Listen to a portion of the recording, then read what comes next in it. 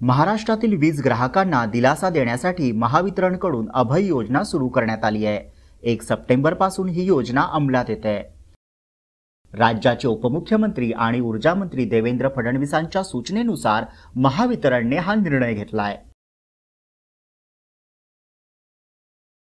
वीज बिलाच्या थकबाकीमुळे वीज कनेक्शन कायमस्वरूपी तोडलेल्या 38 लाख घरगुती, व्यावसायिक आणि औद्योगिक वीज ग्राहकांना या योजनेचा फायदा होणार आहे।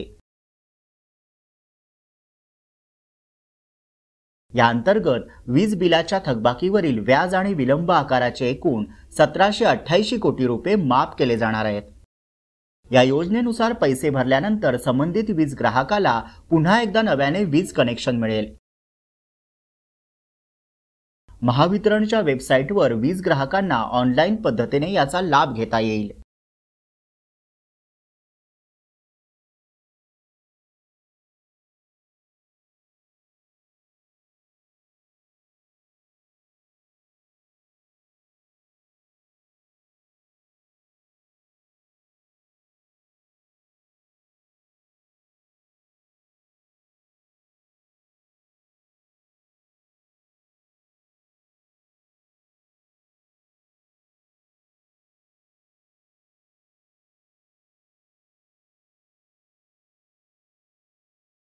महायुती सरकारने वैद्यकीय शिक्षणाच्या अभ्यासक्रमात जे विद्यार्थी प्रवेश घेतील त्यांच्यासाठी संपूर्ण शुल्क भरण्याची सक्ती नको असा निर्णय घेतलेला आहे।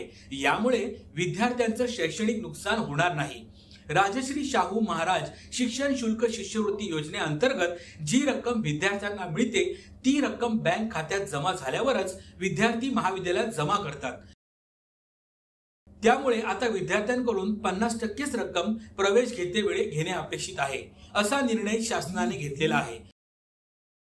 यामुळे पात्र विद्यार्थ्यांना शिष्यवृत्ती स्वरूपात जे शिक्षण शुल्क बँकेत जमा होते ते प्रवेशाच्या वेळी घेऊ नये असा महत्त्वाचा निर्णय शासनाने घेतलेला आहे।